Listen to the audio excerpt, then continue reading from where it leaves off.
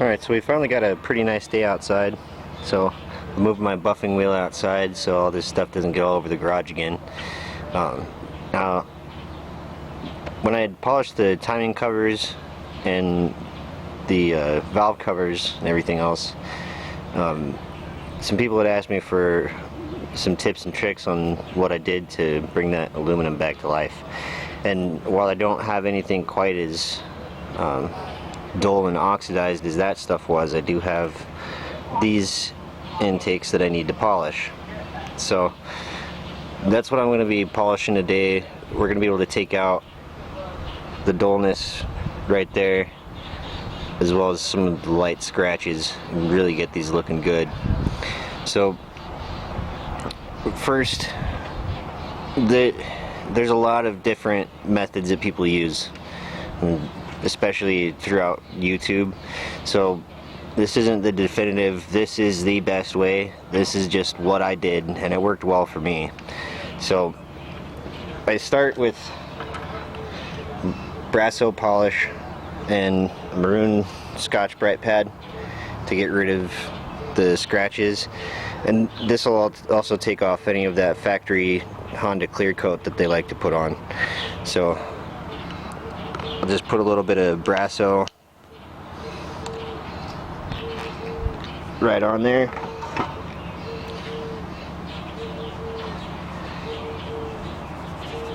And go to town.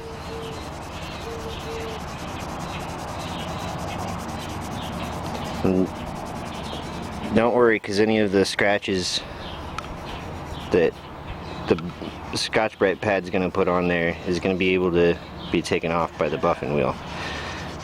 This is not going to ruin the finish or anything like that. Really not taking off much material, just taking off the tarnish off the surface and whatever clear coat might be on it.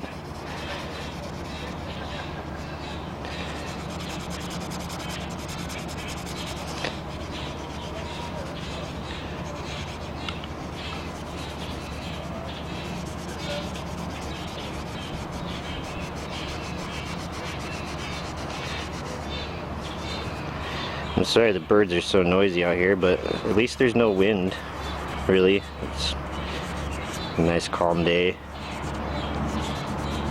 Just got done mowing the lawn, and it's been a good Saturday morning.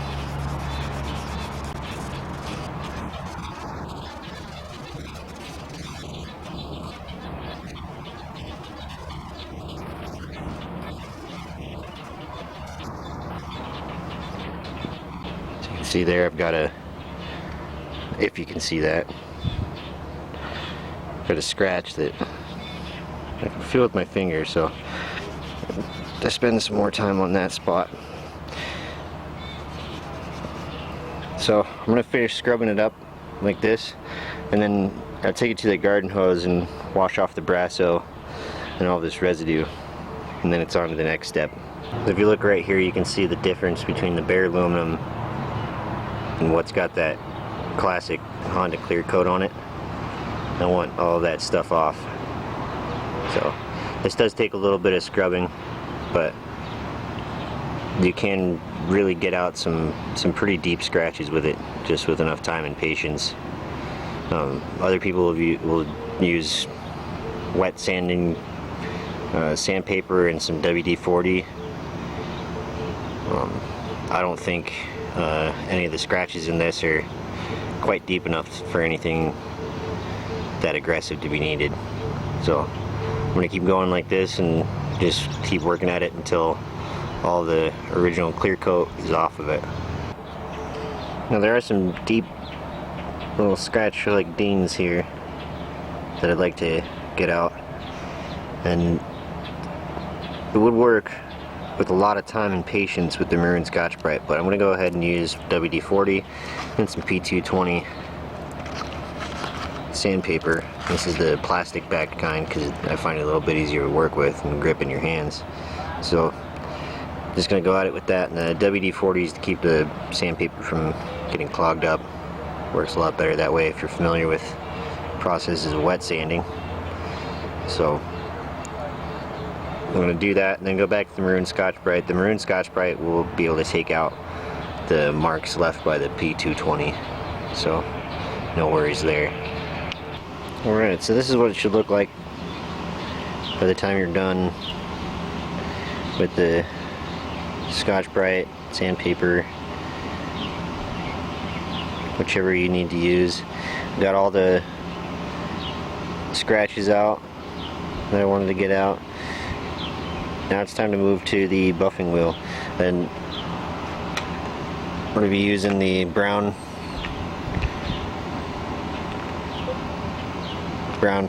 tri-poly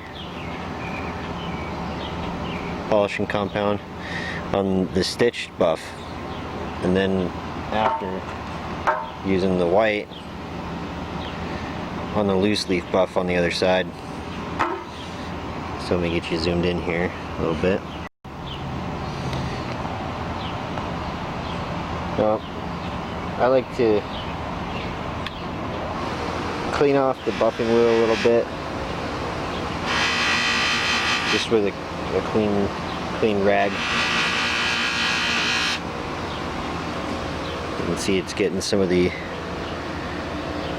old polishing compound off. And then apply some fresh polishing compound.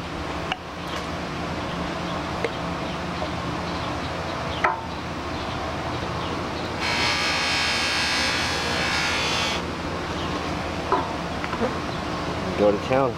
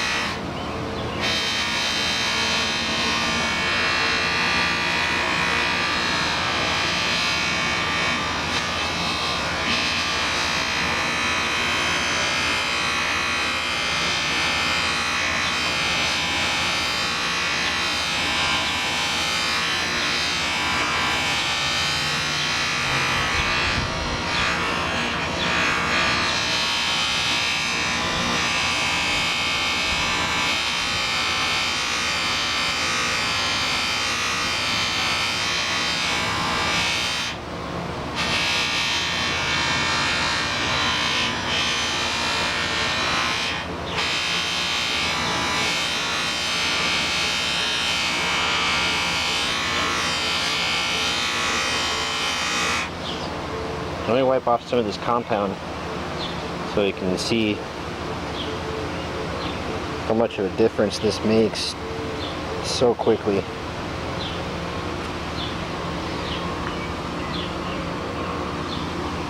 I gotta mess with my camera a little bit here.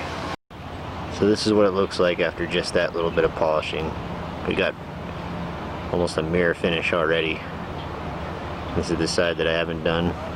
Still dull and scuffed, and after just that little bit of polishing, that's what it looks like. So this right here is typically good enough for me, but you can always follow it up with the white to get out an even better finish.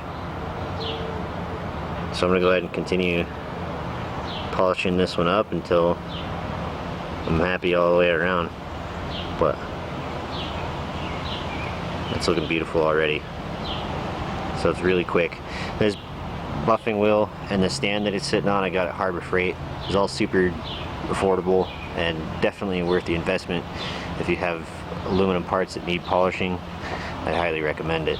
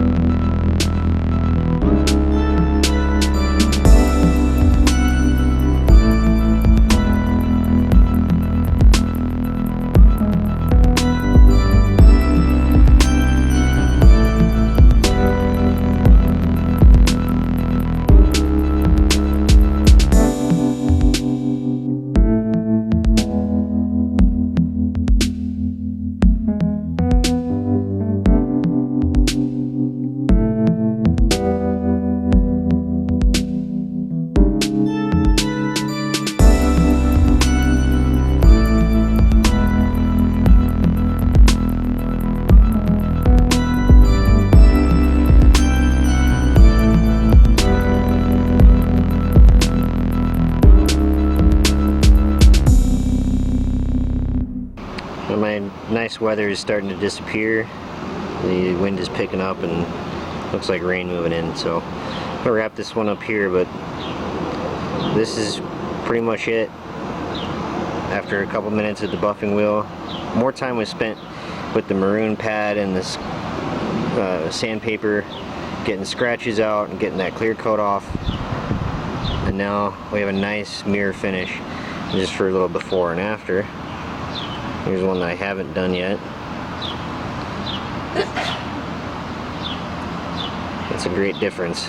I think it looks fantastic. Now this shine can be easily maintained with Mother's Magna aluminum polish. Look up that. It's great stuff. It works fantastic. So I typically use that, clean off the rest of the compound, especially in the tight areas, and to maintain a shine afterwards. So that's that, and I'm pretty happy with those results. So that's how I polish my aluminum. There's other ways to do it, but this is the easiest one that I found. So thanks for watching. I'll catch you next time. Peace.